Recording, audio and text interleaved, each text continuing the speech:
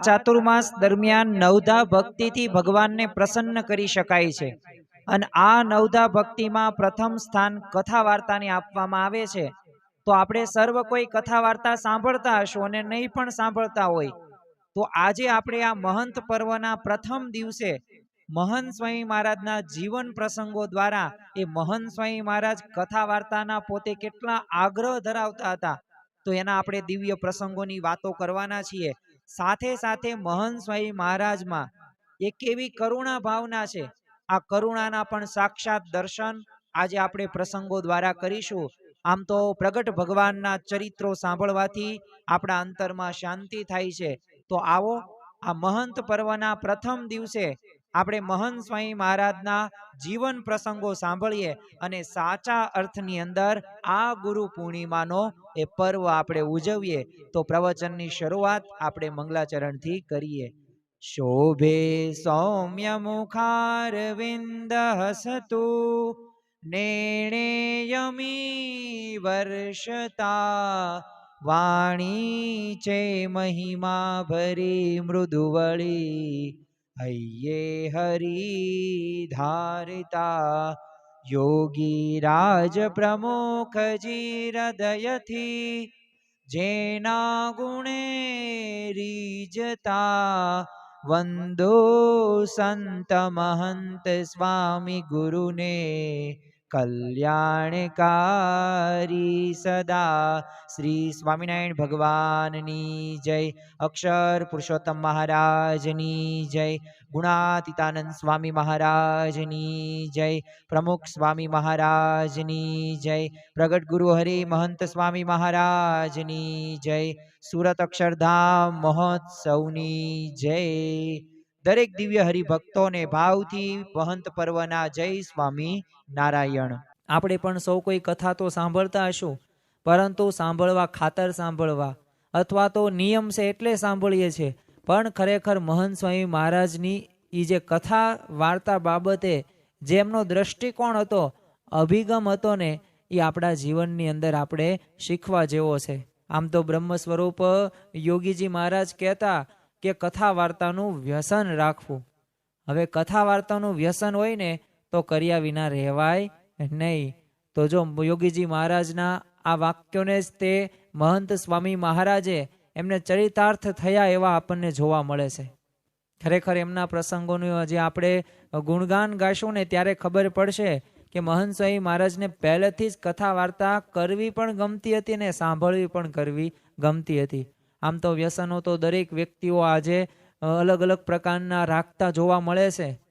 કોઈકને વધુ જમવાનું પણ વ્યસન હશે, કોઈકને સારા સારા સ્થળે ફરવાનું પણ વ્યસન હશે, કોઈકને એવા ગુટકા કે પાનનું પણ એવું વ્યસન જોવા મળતું હશે। પરંતુ યોગીજી મહારાજે તો આપણને વ્યસન કેનું રાખવાનું કહ્યું છે? તો આપણને વ્યસન રાખવાનું કીધું છે કથા વાર્તાનું। યોગી વાણી ગ્રંથની અંદર પણ આ ઝીલાયેલા જે આ વચનો રહ્યા ને, આ વચનો આજે પ્રગટ બ્રહ્મ સ્વરૂપ મહંત સ્વામી મહારાજના જીવનની અંદર આપણને ચરિતાર્થ થયેલા દેખાય છે। યોગીજી મહારાજના હસ્તે તે દીક્ષા ગ્રહણ કરી હતી અને ત્યારબાદ મહંત સ્વામી મહારાજ મુંબઈમાં આશરે 2 દાયકા સુધી સંતોના મહંત તરીકે સેવા આપતા હતા અને એટલે જ તે બાકી કાયદેસર મહંત સ્વામી મહારાજનું દીક્ષાનું નામ કેશવ જીવનદાસ હતું। પરંતુ જ્યારે મુંબઈની અંદર જ્યારે બધા સંતોના મૌડી તરીકે મુખ્ય સંત તરીકે મહંત તરીકે આ કેશવ જીવનદાસ સ્વામીને નિમ્યા હતા અને ત્યારથી તેમનું નામ પડ્યું મહંત સ્વામી મહારાજ। તો આ મહંત સ્વામી તરીકે તેઓ તો પહેલેથી જ તે મહંત તરીકે ઓળખાતા હતા, પરંતુ ખરેખર ત્યારનું એમનો નિત્યક્રમ જોઈએ ને તો આપણને ખરેખર ખ્યાલ આવે કે મહંત તરીકે સેવા તો આપતા હતા, બધાય સંતો સાથે સંસ્કૃતનો અભ્યાસ કરતા હતા અને બધાને સારા સારા સદગુણો પાઠો પણ શીખવતા હતા, પરંતુ રોજ વહેલી સવારે 5:30 વાગ્યે નિષ્કુળાનંદ કાવ્ય ઉપર કથા કરવાની, પ્રાતઃ આરતી થાય અને ત્યારબાદ 8 વાગે કથા વાર્તા કરવાની। હજી કથા વાર્તા પૂરી ન થઈ હોય ત્યાં તે બપોરનું ભોજન લીધા બાદ 1 વાગે કથા વાર્તા કરવાની, બપોરે ઠાકોરજીના ઉત્થાન બાદ પણ 3:45 વાગ્યે કથા કરવાની। એમ આખા દિવસની કુલ 6 વખત કથા વાર્તામાં એ મહંત સ્વામી મહારાજ અચૂક પધારે। જો આ કથા વાર્તા કરવા અને સાંભળવા માટે એ મહંત સ્વામી મહારાજને ક્યારેય એમાં તૃપ્તનો ઓળકાર એમને આવ્યો નથી અને ક્યારેય તૃપ્ત પણ નથી થયા. હવે જ્યારે આપણા જીવનની અંદર જ તે આ પ્રસંગ જ્યારે મૂકવામાં આવે ત્યારે આપણને ખ્યાલ આવે કે આપણી તો એવી સ્થિતિ નથી, આપણે તો એવા સ્વભાવો છે, પણ આ સ્વભાવો હોવા છતાં પણ આપણે કથા વાર્તા સાંભળી શકતા નથી. કથા વાર્તા કરવાની તો વાત અલગ જ રહી, પણ કથા વાર્તા સાંભળી પણ શકતા નથી, એટલું બેસી પણ શકતા નથી, એટલું આપણું મન એકાગ્ર પણ રહેતું નથી. પણ અહીંયા મહંત સ્વામી મહારાજની વાત કંઈક અલગ છે, કારણ કે તેઓ તો દિવસની શરૂઆત જ કથા વાર્તાથી થાય અને સાંજે સુવાનું પણ કથા વાર્તાથી. વિચાર કરો કે દેહની જે આહનિકો છે આ નિયમો તો પાછા પાળવાના જ તે. એ સિવાય પણ 6 વખત કથા વાર્તામાં એ પધારતા. સન 1982માં મહંત સ્વામી મહારાજ વિચરણ કરતા કરતા બામણિયા ગામે પધારે છે, એટલે એમાં શ્રી હરિ નોમનો એ દિવસ હતો અને શાસ્ત્રીજી મહારાજે જે આ 5 દિવસે ઉપવાસ કરવાના હોય એમાંનો એક આ દિવસ એટલે શ્રી હરિનોમનો દિવસ. ભગવાન સ્વામિનારાયણ સુદ નવમીને દિવસે પ્રગટ્યા, એટલે આ તિથિએ તો સંતોએ ત્યારે નિર્જળા ઉપવાસ કરતા હતા. એમાં મહંત સ્વામી મહારાજે પણ આજે ઉપવાસ કર્યો હતો. પણ સ્વામીશ્રી નિત્ય પૂજા કરીને સવારે 6 વાગે પરવારી ગયા અને પછી તો વલ્લભભાઈ અન્ય 2-3 ભક્તો હતા એમની સાથે આ મહંત સ્વામી પણ પોતે ગોષ્ઠીમાં જોડાય છે. અને મહંત સ્વામી મહારાજ એટલા બધા ગોષ્ઠીમાં લીન થઈ જાય છે કે સવારની ક્યારે બપોર થઈ, હવે બપોરની ક્યારે સાંજ થઈ અને સાંજની પણ ક્યારે રાત થઈને એ કોઈને કંઈ સમયનું કંઈ ભાન રહ્યું નહીં. અને સવારે 6 વાગ્યે શરૂ કરેલી એ જે ગોષ્ઠી હતી એ રાત્રે 12 વાગ્યે પૂર્ણ થઈ. વિચાર કરો કે 1, 2, 3 કલાક નહીં પણ સતત 18 કલાક સુધી એ ગોષ્ઠી, એ પ્રવચનો, જે તે પ્રકારની વાર્તાલાપ હોય સત્સંગનો એ શરૂ રાખ્યો. હવે આ જ્યારે વર્ષો પછી જ્યારે આ પ્રસંગને આધારે સંતોએ મહંત સ્વામી મહારાજને એક પ્રશ્ન પૂછ્યો કે આપ એવા તે કયા વિષય ઉપર ગોષ્ઠી કરી રહેલા કે તમને સમયનું ભાન ન રહ્યું અને 18 કલાક સુધી તમે ગોષ્ઠી કરી? અને ત્યારે મહંત સ્વામી મહારાજ જણાવે છે કે ત્યારે અમે હરિચરિત્રામૃત સાગરના પ્રથમ અને બીજા બે ભાગ ઉપર ગોષ્ઠી થયેલી. હવે પ્રથમ ભાગની એક વાત હજુ પણ અમને યાદ છે. અને ત્યારે શ્રીજી મહારાજ કહે છે કે માન અને અપમાન બધું નાશવંત છે, માટે લાગવું ન જોઈએ. તો જો આ એક પ્રસંગ ઉપરથી જ આપણને ખ્યાલ આવે કે મહંત સ્વામી મહારાજ કથા વાર્તાના ઈશ્કી છે. ખરેખર આ લોકની અંદર તો માતા પિતા પ્રત્યે આપણને પ્રેમ હશે કે પછી કોઈક સંતાનો પ્રત્યે પ્રેમ હશે, સગા સંબંધીઓ પ્રત્યે પ્રેમ હશે, પણ આ મહંત સ્વામી મહારાજને તો પ્રેમ કે મુખ્ય જે એમનો રસનો વિષય હતો ને એ કથા વાર્તા હતી. અને આ પુરવાર થઈ શકે ને આવો એક પ્રસંગ ઉપરથી આપણને ખ્યાલ આવે. બાકી ત્યારે પરિસ્થિતિ દિવસ કયો તો નિર્જળા ઉપવાસ હતો અને કોઈ પણ પ્રકારનું પાણી પણ પીવાનું નહીં, છતાં પણ 18 કલાક સુધી તેઓએ કથા વાર્તા કરી, વાર્તાલાપ શરૂ થયો. બાકી આપણે હોઈએ ને તો આવા સમયની અંદર આરામ કરવાનું વિચારીએ. અને તેમ જોયું હશે કે મહિનાની અંદર આવતી 2 એકાદશી હોય ને તો ત્યારે પણ વધારેમાં વધારે સમય આપણે આરામ કરવા માટે કાઢીએ છીએ. પણ સામે જ્યારે મહંત સ્વામી મહારાજને જોઈએ ને તો ખ્યાલ આવે કે હજી પણ મહંત સ્વામી મહારાજ આટલા જ કથા વાર્તાના ઈશ્કી જોવા મળે છે. ભલે એમની ઉંમર વધી છે પણ છતાં પણ એમનામાં જે સદગુણો છે, એમના જે વિચારો છે, એમના જે દ્રષ્ટિકોણો છે એ આપણને અત્યારે પણ ખ્યાલ આવે છે. 18 કલાક ત્યારે ગોષ્ઠી કરી હતી. હવે એ સમયની અંદર ગોષ્ઠી એટલે તો અત્યારે તમે જોયું હશે કે અત્યારે જેમ જેમ ટેકનોલોજી વધતી ગઈ છે એમ સુવિધાઓ ધીમે ધીમે વધતી જોવા મળે છે. અત્યારે પહેલાના સમયની જેવું કાંઈ કોઈ મંદિરની અંદર જમાડવા નથી આવતું, વ્યવસ્થા પણ કેટલી સારી બધી થઈ ગઈ છે. પણ ત્યારે તો કાંઈ વ્યવસ્થા નહીં અને કામ રસપ્રદ ગોષ્ઠી થાય ને એવા પણ કાંઈ પ્રયત્નો નહીં. અત્યારે તો ઓડિયો ને વિડીયો કેટલાય બધા સાધનોનો આપણે ઉપયોગ કરવી છે. આપણે કંટાળી ન જઈએ ને તો 1.25 કલાક 1.5 કલાકની સભાની અંદર પણ ધૂન, પ્રાર્થના, કીર્તન, પછી પાછું 5 મિનિટનો ગુરુ હરિદર્શનનો વિડીયો હોય, ત્યારબાદનું એક વચ્ચે એક પ્રવચન 15-20 મિનિટનું હોય, પાછું એક પ્રકારની કીર્તન જોવા મળતું હોય. તો અને કેટલી વચ્ચે રમતું પણ અમુક એક્ટિવિટી પણ આવતી હોય. પરંતુ એ સમયની અંદર તો કાંઈ પ્રકારના આવા ઓડિયો વિડીયો નહીં, પણ છતાં પણ એમને એ 18 કલાક સુધી એમને ગોષ્ઠી કરેલી. હવે જો આટલા કલાકોની અંદર તો ગમે એટલું મેટર હોય ને, ગમે એટલો મોટો પ્રશ્ન હોય ને, એ પણ પૂરો થઈ જાય. પરંતુ સ્વામીશ્રીની ઉપસ્થિતિ અંદર કથા રસની કેવી રેલમ છેલમ ત્યાર થઈ હશે કે સમય ક્યાં ગયો ને એમને ખબર જ ન પડી. તો ખરેખર કથા વાર્તાના ઈશ્કી મહંત સ્વામી મહારાજ છે એ આપણને આ પ્રસંગ ઉપરથી જાણવા મળે. પ્રમુખ સ્વામી મહારાજની આજ્ઞાથી મહંત સ્વામી મહારાજ 4 દાયકાઓ સુધી એ દેશ પરદેશને અનેક ગામો નગરો હોય કે દરેક જગ્યાએ ખૂંદી વળ્યા છે, દરેક જગ્યાએ પધરામણી કરી છે, વિચરણો કર્યા છે, વ્યક્તિગત મુલાકાતો કરી છે, કે હરિભક્તોના પ્રશ્નોનું સમાધાન કર્યું છે. એ પછી દરેક ઠેકાણે પછી યોજાયેલી જાહેર સભા પણ હોય ને, તો એમાં પણ મહંત સ્વામી મહારાજ લાભ આપવા માટે અચૂક પધારતા. એ પછી ભલે હોય ઉનાળાનો તાપ કે શિયાળાની ઠંડી કે ચોમાસાનો વરસાદ, એમને કોઈ દિવસ ક્યારેય નડ્યો નથી. એ ઋતુ પણ પ્રકોપ વચ્ચે પણ એમની કથાનો દોર ક્યારેય મંદ પડ્યો નથી. અને એમના આપણને જીવન પ્રસંગો ઉપરથી ખ્યાલ આવે છે. સન 2011ની અંદર ગોધરા વિસ્તારની અંદર આંતર સુબાગ નામનું ગામ છે. આ ગામની અંદર મહંત સ્વામી મહારાજ વિચરણ કરવા માટે જવાનું હતું, અને એમાંય ત્યાં તો નૂતન મંદિરની પ્રાણ પ્રતિષ્ઠા મહોત્સવ હતો. એટલે હરિભક્તોએ અને સંતોએ વ્યવસ્થિત દિવ્યતાથી એવું ભવ્ય આયોજન કરેલું હતું. પરંતુ ઉનાળાનો આ દિવસો, અને એમાંય સૂર્યદેવ તો સવારથી આમ આકરો તાપ વરસાયું હોય ને એવું રીતના થયેલું, અને એમાંય બાજુ પવનદેવ તો એ તે સાથ આપી રહ્યા હતા. ને એટલી બધી લૂ ફેંકાતી હતી, એક બાજુ તડકો અને એક બાજુ પવન, એવી લૂ ફેંકાય કે ન પૂછો વાત. હવે મહંત સ્વામી મહારાજના જ હસ્તે પાછી મૂર્તિ પ્રતિષ્ઠા કરવાની હતી. એટલે મંદિરના પાસે મેદાન હતો, ત્યાં મેદાનની અંદર સભાનું આયોજન કરેલું.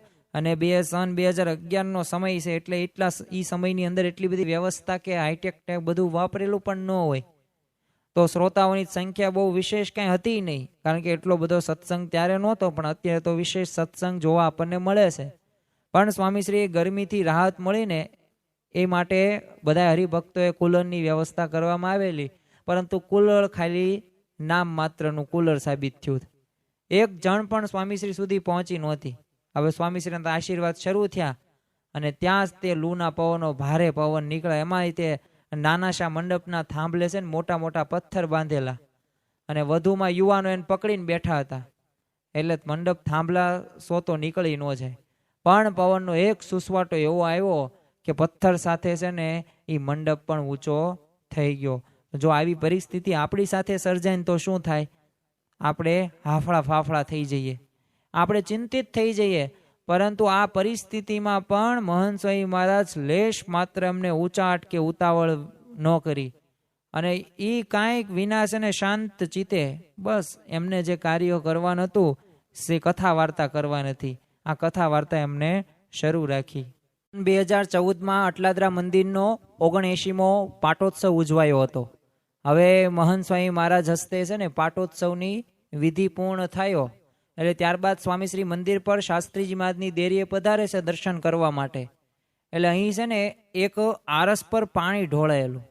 હવે સ્વામીશ્રીને તો એનો ખ્યાલ ન રહેતા, એટલે થયું એવું કે એ પાણીમાં તે પગ ત્યાં મુકાઈ ગયો અને પોતે લપસી પડ્યા, અને સ્વામીશ્રીને કમરમાં દુખાવાનો શરૂ થઈ ગયો.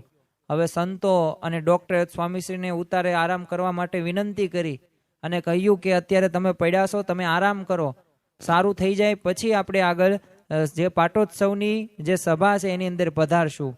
પરંતુ સ્વામીશ્રીનું તો મન એના કમરના દુખાવામાં નહીં, પરંતુ એ પાટોત્સવની સભાની અંદર હતું. હવે દુખાવા વચ્ચે પણ સ્વામીશ્રી સભામાં આવે છે, પધારે છે, અને તેઓ આશીર્વાદ પણ આપે છે. અને પાછા એમાંય તે હરિભક્તોના સમીપ દર્શન પણ એમને આપ્યા. મુક્તાનંદ સ્વામીએ સંત લક્ષણ વર્તાવતા કહ્યું છે કે પિંડ બ્રહ્માંડ છે પર નિજ આત્મા જાની કે મમ ગુણ ગાવે સોઈ જન સંત કહાવે. એટલે દેહ ભાવથી પણ પર થઈને એ પોતાને આત્મા માનીને સ્વામીશ્રી છે ને ભગવાનના ગુણ ગાવામાં રત રહ્યા હતા. અને ખરેખર વ્યક્તિના જીવનની અંદર પણ ત્યારે જ સ્થિરતા આવે છે કે જ્યારે વ્યક્તિ આત્મભાવે વર્તે અને ભગવાનનું નિત્ય અનુસંધાન હોય ને એ વ્યક્તિના જીવનની અંદર તમે જોજો એક પ્રકારે એનામાં એ સુખનો એક શાશ્વત સુખ અને એક આનંદ એ પ્રાપ્ત કરતા જોવા મળતો હશે.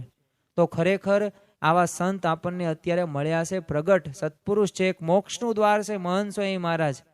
અને આ મહંત સ્વામી મહારાજના જે ગુણો છે ને એ આપણને ઘણા બધા વિશેષ આપણને આવા પ્રસંગો ઉપરથી ખ્યાલ આવે છે કે તેઓ દેહ ભાવથી પર વર્તે છે. એવા સંત આપણને મળ્યા છે, એવા સત્પુરુષ આપણને મળ્યા છે. તો આપણે પણ આપણા જીવનની અંદર આવા વિચારો સાથે આગળ વધવાનું છે. જો દરેક આપણને મહંત સ્વામીમાં જે એટલે જ કહ્યું છે, અક્ષરમહમ પુરુષોત્તમ દાસોસ્મી. આપણને આ દીક્ષા મંત્ર આપ્યો શા માટે? કારણ કે અક્ષર એવો હું પુરુષોત્તમનો દાસ છું. તો આવા ભાવ સાથે આપણે જીવનની અંદર આગળ વધીશું તો ક્યારેય દુઃખના પ્રસંગો આવશે, પરંતુ આપણને લેશ માત્ર પણ દુઃખ થશે નહીં. ખરાબ પરિસ્થિતિ સર્જિત થશે, પરંતુ આ ખરાબ પરિસ્થિતિની અંદર પણ તમે સ્થિર રહી શકશો.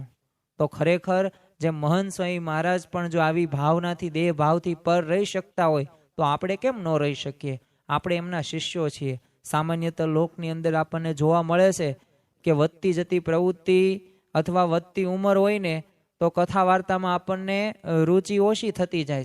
જો એક યાદ રાખવું કે આ 84 લાખ યોની બાદ આપણને આ મનુષ્ય દેહ મળે છે. ભાગવતની અંદર કીધું છે દુર્લભો મનુષ્ય દેહો, એટલે કે દુર્લભ એવો આ મનુષ્ય દેહ આપણને પ્રાપ્ત થાય છે. પરંતુ આપણે ભોગની અંદર આપણે આપણો સમય પસાર કરતા હોઈએ તો યાદ રાખવું કે જો આવી જ રીતે આપણે સમય પસાર કરતા રહીશું તો એક આપણે એવી ઉંમરે આવશું કે જ્યારે આપણને સંભળાશે ઓછું, દેખાશે ઓછું, ચલાશે ઓછું, બોલાશે ઓછું. ત્યારે આપણે ભગવાનની ભક્તિ નહીં કરી શકીએ. તો ખરેખર આપણને આવા વિચારો આવે કે ઉંમર વધી ગઈ છે અને હવે બધી પ્રવૃત્તિ વધતી જાય છે એટલે થોડીક કથા વાર્તામાં ઓછું ધ્યાન આપીએ. પરંતુ મહંત સ્વામી મહારાજ તો વધતી પ્રવૃત્તિ કે વધતી ઉંમર વચ્ચે પણ તમે જોવો કથા વાર્તાનો ઈશક એમને લેશ માત્ર ઓછો નથી થયો. એક પ્રસંગની આપણે વાત કરીએ, તારીખ 11/6/2017 રોજ મહંત સ્વામી મહારાજ અમદાવાદની અંદર વિરાજમાન હતા. હવે આજે છે ને પ્રાતઃ પૂજા બાદ સાંઈ સભામાં એમ 2 વાર આશીર્વાદ આપ્યા એમને, અને રાત્રે પાછું ચેષ્ટા ગાન બાદ ફરી અડધો કલાક એમને પુરુષોત્તમ બોલ્યા. પ્રીત્ય ગ્રંથના આધારે ખૂબ સુંદર એવી વાતો કરી. રોજ કરતા તો એ વિશેષ વાતો કરીને સંદર્ભમાં સેવક સંતે સ્વામીશ્રીને કીધું કે આપ અત્યારે અડધો કલાક સળંગ બોલ્યા. અને ત્યારે સ્વામીશ્રીએ શું કીધું, અડધો કલાક બોલ્યો તેવું લાગતું નથી, 5 મિનિટ બોલ્યો એવું મન લાગે છે. જો જેને વાતનો ઈશક હોય ને એને તે ક્રિયામાં ક્યારેય થાક કે કંટાળો અનુભવાતો નથી. મહંત સ્વામી મહારાજને એક વખત પ્રશ્ન પૂછવામાં આવ્યો કે તમારું સૌથી પ્રિય તમે હરિભક્તોને મળો તે છે, કે પછી કથા વાર્તા કરો તે છે, કે પછી પત્રો લખો તે છે, સૌથી વધુ મુલાકાત તમારી કયું? ત્યારે મહંત સ્વામીએ શું કીધું કે હરિભક્તોને મળું ને એ મારા માટે મોટામાં મોટું મને એ સુખ આપે છે. વિચાર કરો, સૌથી વધુ જો જેમાં આપણો દેહનો ભીડો હોય, પછી આપણે બોલવાનું હોય, દર્શન એ કરે તો આપણે એને સામે સામે પ્રણામ પણ કરવાના હોય મુદ્રાની અંદર, સૌથી ભીડા હોય એમાં વ્યક્તિગત મુલાકાતમાં, પણ છતાં પણ મહંત સ્વામીએ શું કીધું, એ સૌથી પ્રિય મારો એ સમય છે. જો આવી રીતે સ્વામીશ્રીના જીવનની અંદર આપણને આવી ભાવના જોવા મળે છે. તારીખ 28/7/2017 રોજ મહંત સ્વામી મહારાજ ટોરેન્ટોથી વિદાય લઈને સાન હોજે પધારવાના હતા. એટલે ટોરેન્ટોથી વિદાય લેવાની હતી ને એટલે નાના મોટા ઘણા બધા કામ થોડાક પતાવવાના બાકી હતા. અને પાછા કેનેડાના હરિભક્તો મહંત સ્વામી મહારાજને અહીંના રોકાણ દરમિયાન જે દર્શન સમાગમનું સુખ એમને સારું આપ્યું. એટલે સૌને બધાને એમ થયું કે આજે છે ને સ્વામીશ્રીની પ્રાતઃ પૂજા બાદ આશીર્વાદ ટૂંકમાં જ આપશે, અને આવું બધા મનની અંદર હતું. પણ એ સમયના આધારે કથા કરનાર સ્વામીશ્રી નથી, સમય કાઢીને પણ કથા કરનાર છે ને એ મહંત સ્વામી મહારાજ છે. અને તેઓએ વિદાય સભાની અંદર પણ એ 5-7 મિનિટ નહીં પણ 27 મિનિટ તેઓ વરસ્યા. તો જો આના ઉપરથી આપણને ખબર પડે કે આપણે તો કોઈ કાર્ય કથા વાર્તા તો એના માટે છે ને આપણને સમય મળતો નથી. ખરેખર જો આ જન્મની અંદર આપણે આ જ કરવાનું છે. જેમ 4 પ્રકારના પુરુષાર્થ છે, ધર્મ, અર્થ, કામ, મોક્ષ, પરંતુ આ મોક્ષનું કામ રૂની અગત્યનું છે. એ આપણે બધા પ્રકારના પુરુષાર્થો કરવાના જ છે, પણ અગત્યનું મહત્વનું શું છે? એ મોક્ષ માર્ગે આપણે આગળ વધવું. અને મોક્ષ માર્ગે ક્યારે આગળ વધી શકાશે? કે જ્યારે આપણે કથા વાર્તા રૂપી આપણી પાસે જડીબુટ્ટી હોય, એવો ઉપાય હોય, જો શબ્દો વ્યક્તિને અસર કરે જ છે. એટલે જ આ મહંત પર્વની અંદર જે 7 દિવસ દરમિયાન અત્યારે જે આપણે કથા વાર્તા સાંભળી રહ્યા છીએ, આજનો એ પ્રથમ દિવસ, તો આ પ્રથમ દિવસે આપણે આ કથા વાર્તાનો એટલે જ મહિમા જે મહંત સ્વામી મહારાજના જીવનની અંદર છે, તો આપણામાં પણ આ કથા વાર્તાનો મહિમા આવે. કારણ કે આ શબ્દો રહ્યા ને એ અંતરને ભેદી નાખે ને એવા શબ્દો છે. અને આ શબ્દો કોના છે? તો આ શબ્દો છે પ્રગટ એવા ભગવાન, એવા મહંત સ્વામી મહારાજના. એ ગુણાતીતાનંદ સ્વામી હોય કે પછી વચનામૃત કે સ્વામીની વાતો હોય કે પ્રમુખ સ્વામી મહારાજનું જીવન ચરિત્ર હોય, એમના પ્રસંગો હોય. કારણ કે આ પ્રગટના જેટલા પ્રસંગો આપણે જોઈએ ને એટલા અંતરની અંદર આપણે આનંદમાં રહીએ અને સુખી રહીએ. વ્યાસ પૂર્ણિમા જે થોડાક દિવસો પહેલા જ ગઈ, જેને આપણે ગુરુ પૂર્ણિમા તરીકે પણ ઓળખીએ છીએ, તો ત્યારે વ્યાસ ભગવાને પણ એ અલગ અલગ પ્રકારના પુરાણો અને વેદોની બધી રચના કરેલી, પણ એમને કાયમ માટે અંતરની અંદર સૂનું સૂનું લાગતું, દુઃખી થતા હતા. વિચાર કરો કે જેને પોતે કંઈક મહાભારત તો વ્યાસ ભગવાને લખેલું, જેને પુરાણો લખેલા, પણ છતાં પણ આટલી બધી મહેનત કરવા છતાં આટલા બધા સારા આમ કહેવાય ને વાક્યો, શબ્દો અને મહિમા ભગવાનનો ગુણગાન ગાયો, છતાં પણ એમને અંતરમાં અશાંતિ રહી. તો આનું કારણ શું હતું? તો આનું કારણ એમને તો ન જડ્યું, પરંતુ એવા ભગવતી એવા સંત એટલે કે નારાયણ નારાયણ, નારદજીનો એમનો ભેટો થયો. અને થયું પણ શું કે જ્યારે નારદજીને આ વ્યથા તેમને રજૂ કરી કે મેં આટલા બધા ગ્રંથો લખ્યા છે, મેં આટલા બધા ભગવાનના ગુણગાનો ગાયા છે, છતાં પણ મારા અંતરની અંદર શાંતિ નથી, મને ઉદ્વેગ રહ્યા કરે છે, તો આનું કારણ શું? આનું તમે મને સમાધાન આપો. અને ત્યારે નારદજીએ શું કીધું કે તમે બધું લખ્યું, વાત સાચી, મહાભારત પણ લખ્યું, 1 લાખથી વધુ શ્લોકોનો સંગ્રહ એ મહાભારત ગ્રંથની અંદર છે, અને તમે પુરાણો પણ લખ્યા, વાત સાચી, બધું સારું જ લખ્યું છે, પરંતુ તમે એવા ભગવાનના, શ્રી કૃષ્ણ ભગવાનના ચરિત્રો લખો, અવતારોના લખો, તો અંતરની અંદર શાંતિ થશે. અને ખરેખર એ વ્યાસ ભગવાને હવે પછી બીડું ઝડપ્યું. અને આપણને અત્યારે પણ ખબર છે કે જે ઠેર ઠેર એ પછી હિન્દી હોય કે અંગ્રેજી હોય કે ગુજરાતી હોય કે અન્ય ભાષાની અંદર એ શ્રીમદ ભાગવત સપ્તાહનું જે આયોજન કરાવે છે પિતૃના મોક્ષાર્થે, કોઈક આનંદ કે ઉત્સવની અંદર કરે છે, કોઈક પારાયણનું આવું આયોજન કરે છે, તો આનું જે શ્રીમદ ભાગવતનું જે આયોજન કર્યું ને, એ જે બનાવ્યું ને, એ આ વ્યાસ ભગવાને કર્યું. અને સૌ પ્રથમ પણ ટેસ્ટિંગ કોના ઉપર કર્યું? તો એ ટેસ્ટિંગ પણ એ જે 7મા દિવસે એ તક્ષક નાગ કરડવાનો હતો, તો આ તક્ષક નાગ જેને કરડવાનો હતો એના ઉપર તો ટેસ્ટિંગ કરવામાં આવ્યું. અને આ રાજા એટલે કોણ? તો પરીક્ષિત રાજા, કે જેને ઋષિ દ્વારા શ્રાપ આપવામાં આવ્યો હતો કે 7મા દિવસે તક્ષક નાગ વડે તારું મૃત્યુ થશે. ભયભીત થઈ ગયો હતો આ પરીક્ષિત રાજા. પણ આ વ્યાસજી પાસે આવે છે અને વ્યાસ ભગવાને ટેસ્ટિંગ શરૂ કર્યું અને કીધું કે હું તારું આ બધોય ભય દૂર કરી દઉં. તો પરીક્ષિત રાજા કહેતો તો બહુ સારું.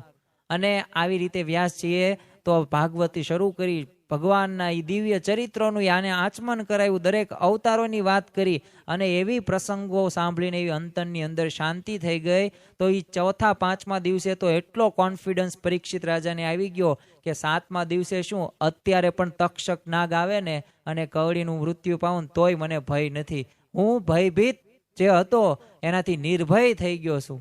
અને ખરેખર જો આ પ્રસંગોથી, આ કથા શ્રવણથી શક્ય છે, તો એમાં મહંત પર્વની અંદર જે આપણે સત્પુરુષના જે ગુણોનું આપણે જે મનોમંથન થોડુંક કરવું છે, થોડુંક આપણે એમાંથી શીખવું છે, થોડીક પ્રેરણા લેવી છે.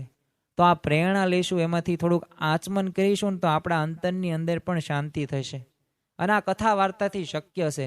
સન 2017ની અંદર મહંત સ્વામી મહારાજ લંડનના વિચરણ માટે ગયેલા, ત્યારે એ દરમિયાન મહંત સ્વામી મહારાજે અક્ષર પુરુષોત્તમ સિદ્ધાંતને આધારે એક છાવણી કરવાની પ્રેરણા કરેલી એ લંડનના જે સંતો હતા, મુખ્ય સંતો અને હરિભક્તોને.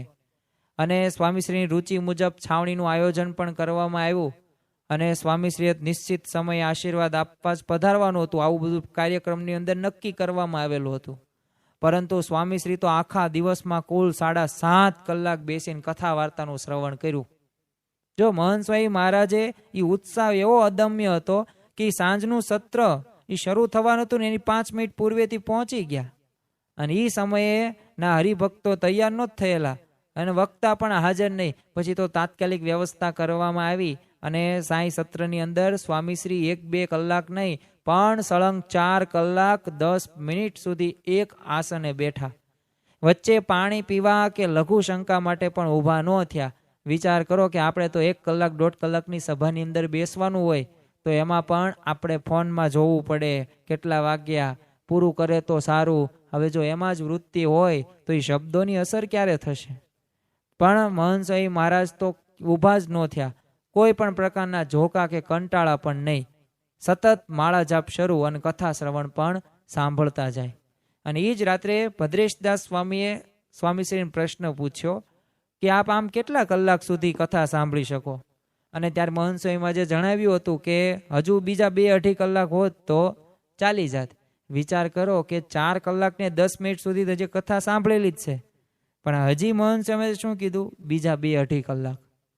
હવે ત્યારે ઉંમર મહંત સ્વામી મહારાજની 85 વર્ષની ઉંમર હતી, પણ છતાં પણ આશરે 10 કલાકની કથા શ્રવણની એમને તૈયારી બતાવેલી હતી. તો આમ જો સ્વામીશ્રીના એ કથા વાર્તાનો ઈશક રહે ને એને વર્ણવતા માટે આમ શબ્દકોશમાંથી કોઈ એવો શબ્દ આપણને પ્રાપ્ત થતો નથી. તો આવો ઈશક આપણા જીવનની અંદર પણ આપણે કેળવવાનો છે. છેલ્લે આપણે પ્રસંગ કહીને આજના મહંત પર્વના પ્રથમ દિવસને આપણે પૂર્ણાહુતિ કરીશું કે મહંત સ્વામી મહારાજના આ ઈશકની પ્રબળતા પણ એવી કે કથાનો એકેય શબ્દ છે ને એ વૃથા જવા ન દે. જે કાંઈ વાંચ્યું સાંભળ્યું હોય ને એને એકાગ્ર ચિત્તે ગ્રહણ કરે અને પછી એના ઉપર મનન અને ચિંતન કરે. અને ખરેખર શ્રીજી મહારાજ પણ આ જ કહે છે સાક્ષાત્કારનું કારણ કે તમે કોઈ પણ વસ્તુ સાંભળો છો કે વાંચો છો તો એનું મનન કરો, ચિંતન કરો, નિધિ ધ્યાસન કરો, ત્યારબાદ જ કોઈ વસ્તુનું સાક્ષાત્કાર થાય. અને આ મનન ચિંતન કરતા જાય. એક પ્રસંગે સારંગપુરની અંદર મહંત સ્વામી મહારાજ વિરાજમાન હોય છે અને ભોજન બાદ સામે બેઠેલા એક સંતને છે ને યોગીજી મહારાજના જીવન ચરિત્રમાંથી એક 216મું પાનું કઢાવીને પ્રસંગ વાંચવા માટે મહંત સ્વામીજી આજ્ઞા કરી. હવે યોગીજી મહારાજ એ પાનાની અંદર યોગીજી મહારાજ બીજાની ભૂલનો એ દોષરો ને પોતાના પર લે એવો પ્રસંગ આવ્યો હતો અને એ પ્રસંગનો સાર પણ એવો જ હતો. એટલે બીજા સંતે છે ને યોગી બાપાના આ સદગુણના સંદર્ભમાં કીધું અને મહંત સ્વામી પણ જમતા જમતા સાંભળતા જ હતા કે યોગીજી મહારાજ છે ને 2 વાર બીજાની ભૂલ પોતાના માથે લીધેલી. અને આવું મહંત સ્વામીમાં જે સાંભળ્યું ને એકાગ્ર ચિત્ત તો હતા તે જો જમતા પણ હતા અને કથા શ્રવણની અંદર તે એટલે તરત તે આંગળીને આમ ઈશારત કીધું કે 2 નહીં 3 વખત. જો આ ગુરુ યોગીજી મહારાજના એ જીવન ચરિત્રો એ સ્વામીશ્રીએ કેવો તલ સ્પર્શી એને અભ્યાસ કર્યો હશે, એટલે કે ઊંડાણપૂર્વક. તો આ પ્રસંગે બધાને જાણવા મળ્યું. તો ખરેખર જેમ મહંત સ્વામી મહારાજ આવા જો ઈશક સાથે જો કથા શ્રવણને જો વાંચન કરે છે તો આપણે પણ આપણા જીવનની અંદર આવી રીતે કથા શ્રવણ કરવાનું છે. એક પણ શબ્દ વૃથા જવો પડે નહીં. જો કોઈ શબ્દ વ્યર્થ નથી પણ એ શબ્દને વ્યર્થ આપણે બનાવી દઈએ છીએ. તો આપણા જીવનની અંદર આવા જો ગુણો હોય, જો આપણા ગુરુ આ પગલે ચાલતા હોય, જો એમના જીવનની અંદર આવા સદગુણો આપણને જો જોવા મળતા હોય તો આપણે પણ ગમે ત્યારે પરાસભા હોય કે રવિ સભા હોય કે જ્યારે કથા વાર્તા સાંભળતા હોય ને ત્યારે આવા એકાગ્ર ચિત્તે આપણે કથા વાર્તા સાંભળીએ. એક શબ્દ ઉપર આપણે મનન કરીએ, ચિંતન કરીએ અને નિધિ ધ્યાસન કરીએ તો અવશ્ય સાક્ષાત્કાર થશે. બાકી અત્યારે તો ટેકનોલોજીનો યુગ છે, માહિતીનું અત્યારે અતિક્રમણ ચાલી રહ્યું છે.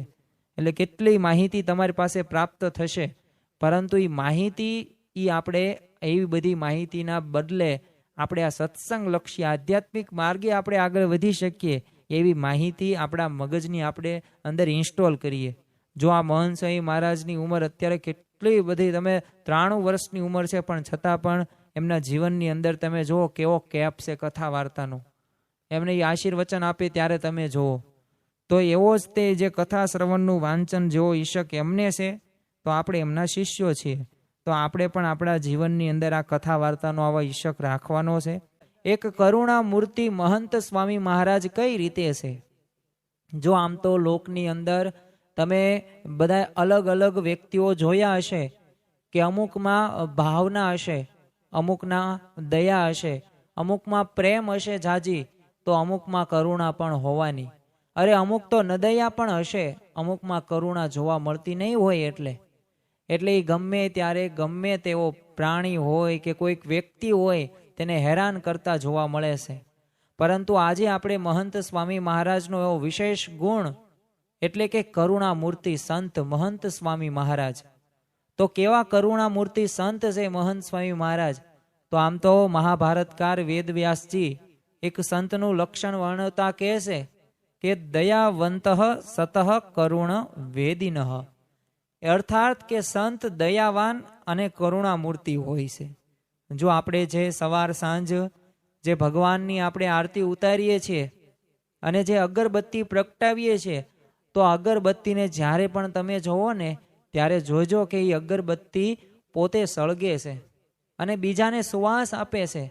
બસ આ અગરબત્તી સમાન જ તે આ મહંત સ્વામી મહારાજ અને એવા સંત અને એવા સાધુઓ છે કે જે પોતાની જાતને પોતે દમન કરે છે. એ દેહ દમન પણ કરે છે, મનને પણ એ મરોડે છે. એ સ્વભાવો કે આસક્તિઓમાં એ આસક્ત નથી થતા.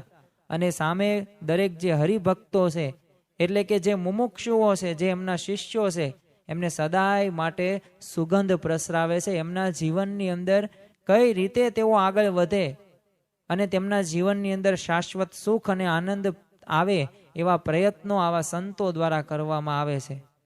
અને ભારતના ઇતિહાસની અંદર ને ગુજરાતના ઇતિહાસની અંદર આવા સંતોની એક હારમાળા છે કે જે બીજાના ભલામાં આપણું ભલું સાથે જીવન જીવ્યા છે. જેના હૃદયની અંદર એક જીવ પ્રાણી માત્ર પ્રત્યેક સાચો પ્રેમ હોય છે અને એમ એના જ હૈયાથી છે ને એક કરુણાની ગંગા વહેતી હોય ને એવું આપણને લાગે છે. એમના એક શબ્દો આપણા અંતરની અંદર આપણે ધારીએ, થોડુંક આપણે મનન કરીએ, ચિંતન કરીએ, નિધિ ધ્યાસન કરીએ, તો ખરેખર એ શબ્દો આપણને સાક્ષાત્કાર સુધી લઈ જાય છે. એ પ્રમુખ સ્વામી મહારાજની ભાવના કેવી! પોતે તો સંસારી નહોતા, ગૃહસ્થ નહોતા, પોતે ત્યાગી હતા, સંત હતા, પણ છતાં પણ બધાય હરિભક્તો, બધાય લોકોના જીવનની અંદર એ ઘરની અંદર કોઈ પ્રશ્નો ન રહે તો એના માટે એમને શબ્દ દર્દો કે એક દવા ઘર સભા આપી.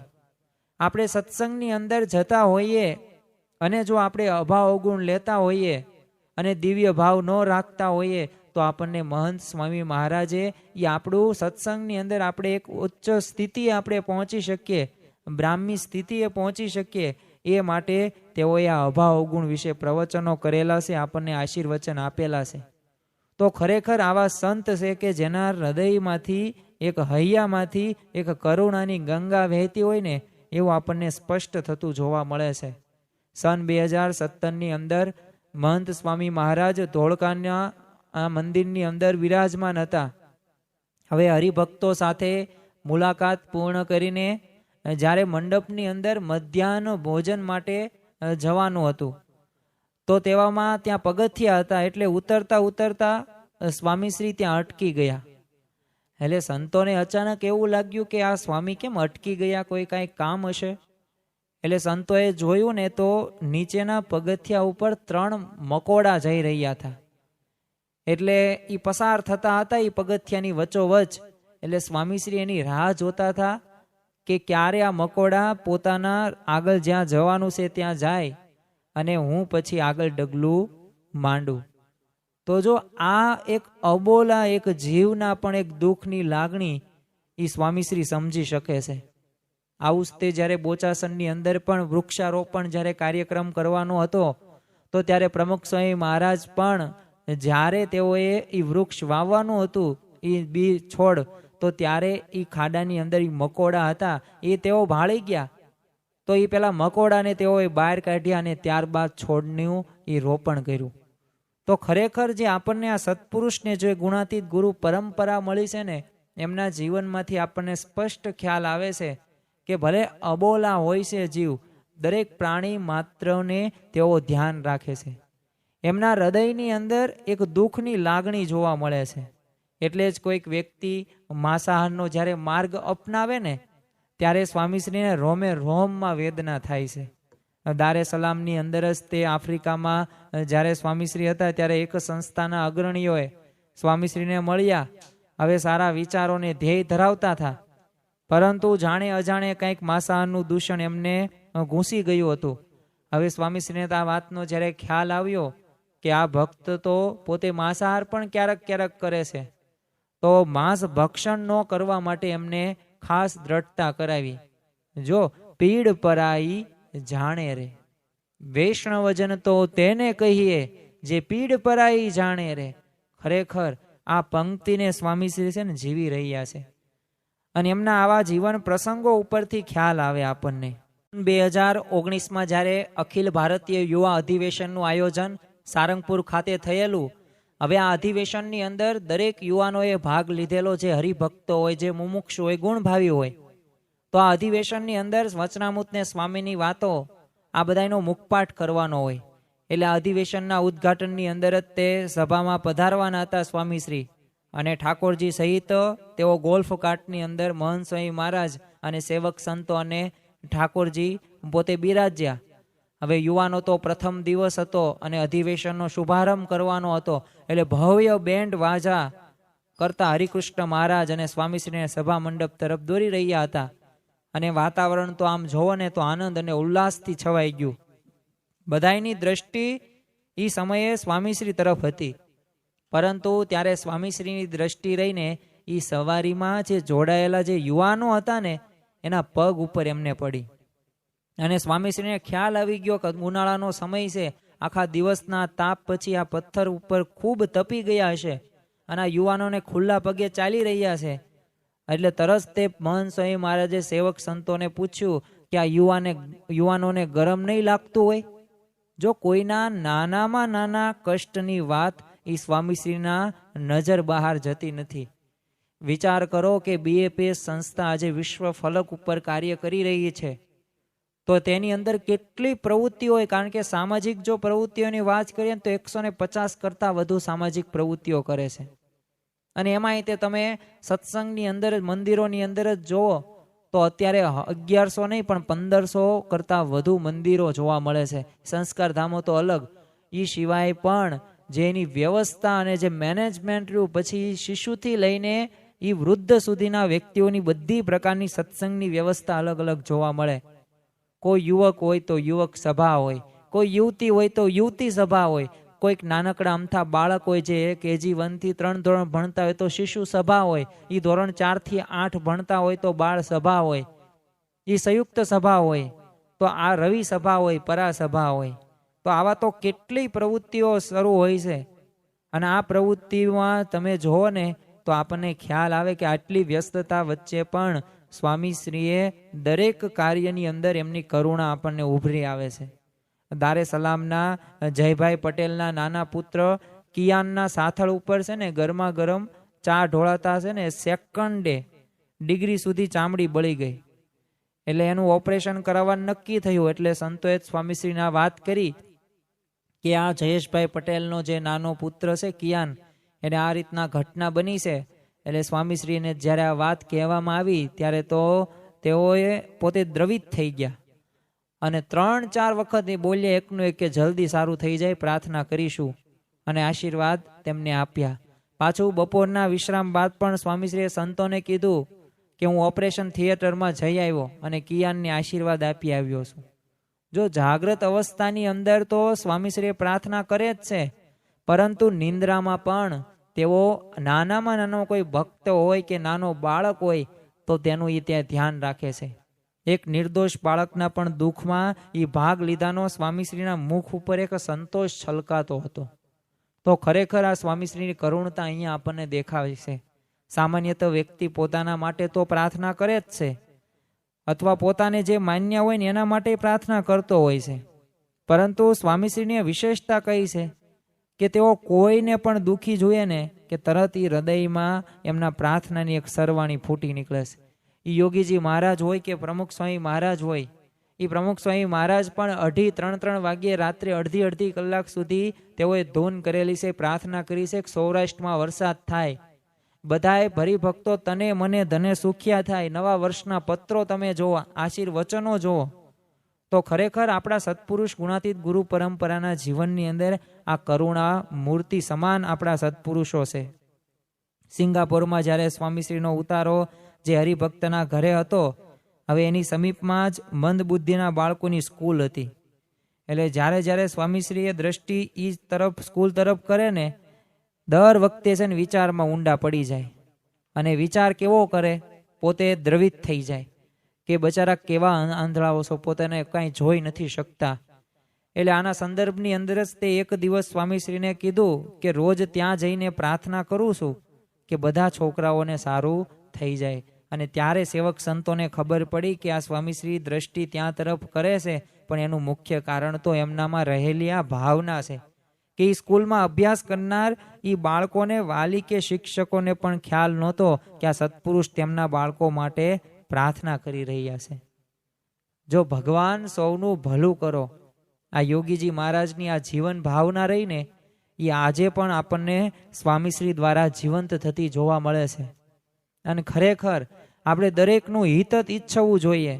જો આ લોકની અંદર, તો આ સમાજની અંદર આપણને માન પણ મળે, પ્રતિષ્ઠા પણ મળે, પૈસા પણ મળે, ધન પણ મળે, અરે કીર્તિ પણ મળે, પણ ખરેખર તો આપણે બીજા વ્યક્તિઓને જ્યાં સુધી મદદમાં ન આવીએ ને ત્યાં સુધી આપણે માણસમાં આપણું નામ ન આવે.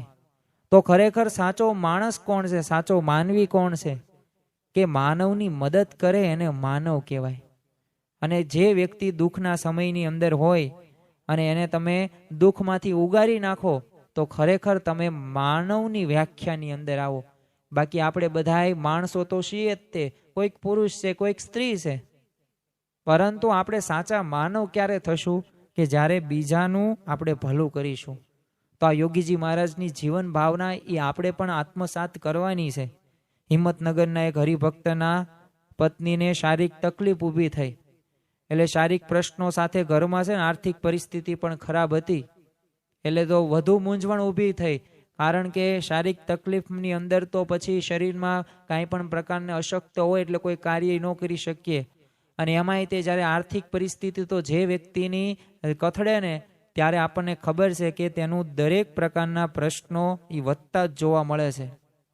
તો આવું જ આ ઘરની અંદર આ હરિભક્તના ઘરે થયું. પછી સેવક સંતો પાસેથી આ ભક્તની વિગત જાણી અને સ્વામીશ્રી એકદમ એમાં ઊંડા ઉતરી ગયા અને રાત્રે 2:30 થી 3:30 વાગ્યા સુધી આ હરિભક્ત માટે પ્રાર્થના કરી. અને તે ભક્તને શું મદદ કરવી તેનો પણ વિચાર એમને કરી લીધો કે શું આપણે એમને મદદ કરી શકીએ. જો સ્વામીશ્રીનું કોઈનું એ દુઃખ જોઈ શકતા નથી, હું કેમ કરીને સૌને મદદરૂપ થાવ ને એવો વિચાર એમને સતત રહ્યા કરે છે. અને જ્યારે આપણે આપણા જીવનની અંદર તપાસ કરીએ ને તો આપણને ખ્યાલ આવે કે આપણે આપણો વિચાર જ નકરો કરતા આવ્યા છીએ. આપણે પોતાનું જ જોઈએ છીએ. બીજા સામેવાળા વ્યક્તિ હેરાન થાય છે, દુઃખી થાય છે, એ આપણે જોતા નથી. પરંતુ સ્વામીશ્રી તો આવા ભક્તો માટે પણ તેઓ પ્રાર્થના કરતા જોવા મળે છે.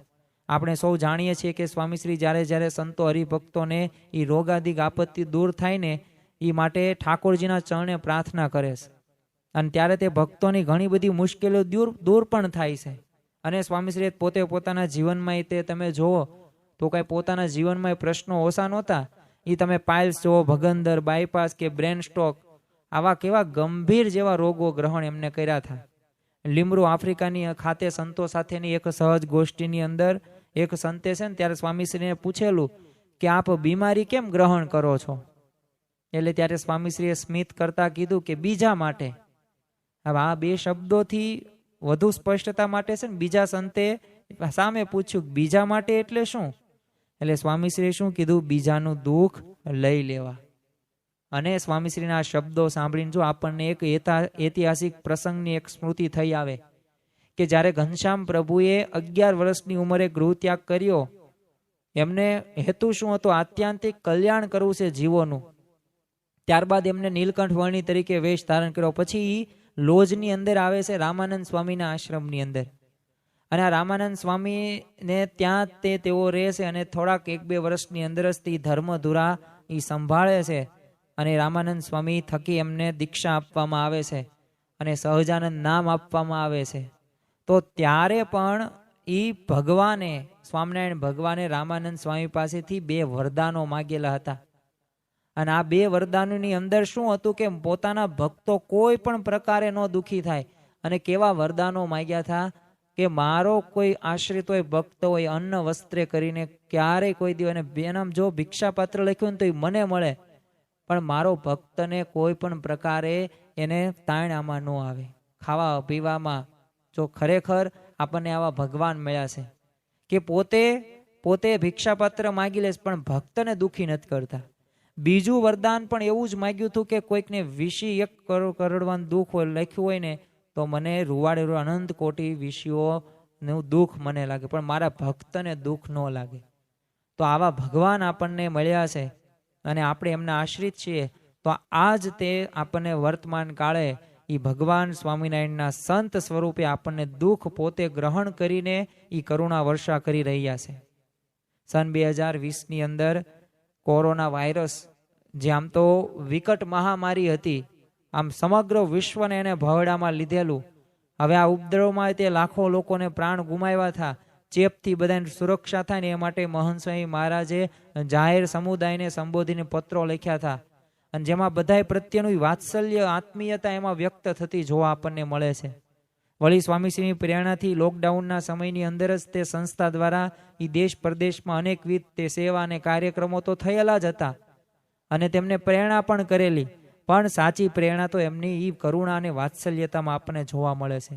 કારણ કે મહામારીના વિકટ સમયે પણ સ્વામીશ્રી નિત્ય પ્રાતઃ પૂજાની અંદર સવાર, બપોર ને સાંજ એમ 1-2 સમય નહીં પણ 3 સમયે હૃદયપૂર્વક પ્રાર્થના કરતા. અને એમની સાથે જે રહેનાર સંતોએ પણ અનુભવ્યું છે કે સ્વામીશ્રીનું હૈયું છે ને માખણ સમ છે, જે પર દુઃખે કરુણાથી પીગળી જ જાય છે. તો ખરેખર આપણને ત્યારે પણ ખ્યાલ આવ્યો હતો કે મહંત સ્વામી મહારાજે જે આપણા ઉપર કૃપા કરી હતી, એ જે પ્રાર્થનાનું એક જડી વરસાવી હતી, તો એના લીધે આપણને એ દુઃખ જે આવવાનું હતું એ ન આવ્યું. સ્વામીશ્રી સદાય માટે આપણું હિત ઈચ્છે છે એ આપણે સમજવાનું છે. આ લોકની સાથે પરલોકની પણ એટલી જ આપણી પાસે ખેવના રાખે છે. હોંગકોંગમાં જ્યારે કિશોરી મંડળે એક રચનાત્મક બોર્ડ પર આમ સ્વામીશ્રીને સંબોધીને લખ્યું હતું કે સ્વામી, અમારી પાસે પાંખો છે, પરંતુ જ્યાં સુધી અમે આજ્ઞા અને ઉપાસનાનું યથાર્થ પાલન નહીં કરીએ ને ત્યાં સુધી અક્ષરધામમાં અમારી ગતિ નહીં થાય.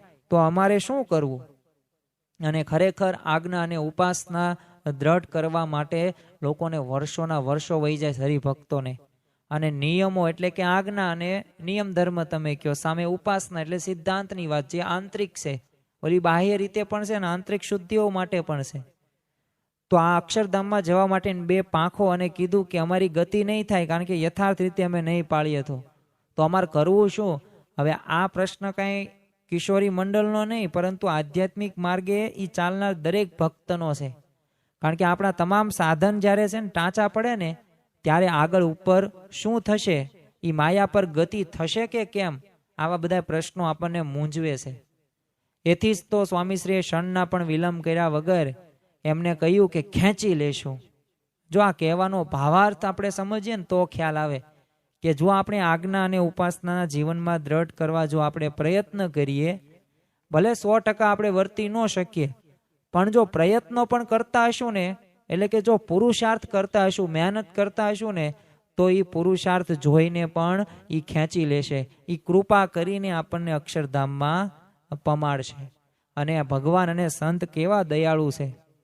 તો આમ તો કોઈક એક આંબો હોય ને, આ આંબે આપણે સીવી નાના, આપણે કેરી નથી લઈ શકતા, પરંતુ આપણે ઠેકડા મારીએ છીએ, પ્રયત્નો કરીએ છીએ કેરી લેવા માટે. તો ભગવાન અને સંતની કૃપા થશે ને તો ભગવાન એટલા કરુણાનિધિ છે, એટલા દયાળુ છે, એટલી કૃપા આપણા ઉપર કરશે કે એક વખત તો ભગવાન કે સંત એ કેરી તોડીને આપણા હાથમાં દઈ દેશે. પરંતુ પાછું પ્રયત્ન તો કરવો જરૂરી છે.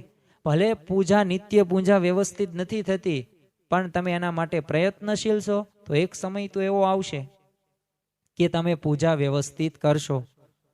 તમે ડુંગળી લસણનો ત્યાગ કરી નથી શકતા, તો પણ જો પ્રયત્નો શરૂ રાખશો ને તો ભલે 1 વખત, 2 વખત, 3 વખત, 4 વખત, 5 વખત, અરે 10, 20 વખત પણ નિયમોનો ભંગ થયો, પણ એક સમય તો એવો આવશે કે ભગવાન તમારા ઉપર કૃપા કરશે કે ગમે તેવું સારું જમવાનું તમારા સામે મૂકશે ગમે એવા વ્યક્તિઓ તમારા સામે હશે, સગા સંબંધીઓ હશે, પણ છતાં પણ તમારા મનની અંદર એ દ્રઢ મનોબળ સાથે તમે એવા આગળ વધશો કે ના, મેં ડુંગળી લસણનો ત્યાગ કર્યો છે, હવેથી મારે ડુંગળી લસણ ન ખવાય મારાથી. નકર ભગવાન અને સંત રાજી નહીં થાય તો તમે એક ઝટાકે આખી જિંદગી સુધી તમે ડુંગળી લસણ નહીં ખાઓ. પરંતુ આના માટે પ્રયત્ન કરવો જરૂરી છે.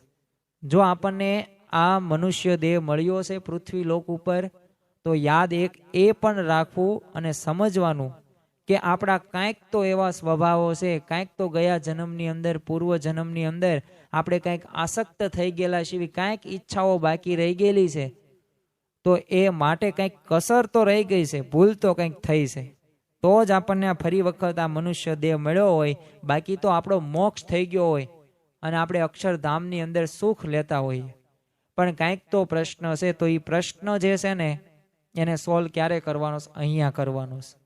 અને છતાં દેહ આ જન્મે આપણે એકાંતિક ધર્મ સિદ્ધ કરીને આપણે અક્ષરધામમાં પહોંચવાનું છે. અને એના માટે જરૂરી છે આજ્ઞા અને ઉપાસના, એના માટે જરૂરી છે પ્રયત્નો, એના માટે જરૂરી છે મહેનત, એના માટે જરૂરી છે પુરુષાર્થ, એના માટે જરૂરી છે દરરોજ એ અંતરદ્રષ્ટિ કરવી કે આજે આખા દિવસની અંદર મારાથી કોઈ નિયમ ધર્મનો લોપ તો નથી થયો ને?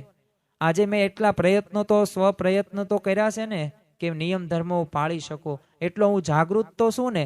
બસ આવા વિચારો તમારા મનની અંદર દરરોજ રમતા હશે ને તો ભગવાન અને સંત કૃપાળુ છે, દયાળુ છે, કરુણા નિધિ છે, કરુણા મૂર્તિ સંત છે કે એક વખત તો આવશે એવો કે તમારા દરેક પ્રકારના દોષો, સ્વભાવો, આસક્તિઓ આ બધુંય નાશ કરી નાખશે અને તમને એ એક અક્ષરધામ જેવું સુખ તમને છતાં દેહે મળશે. તો ખરેખર એ કરુણા નિધિ છે આપણા સત્પુરુષ અને ભગવાન. પણ પ્રયત્નો કરવાના છે.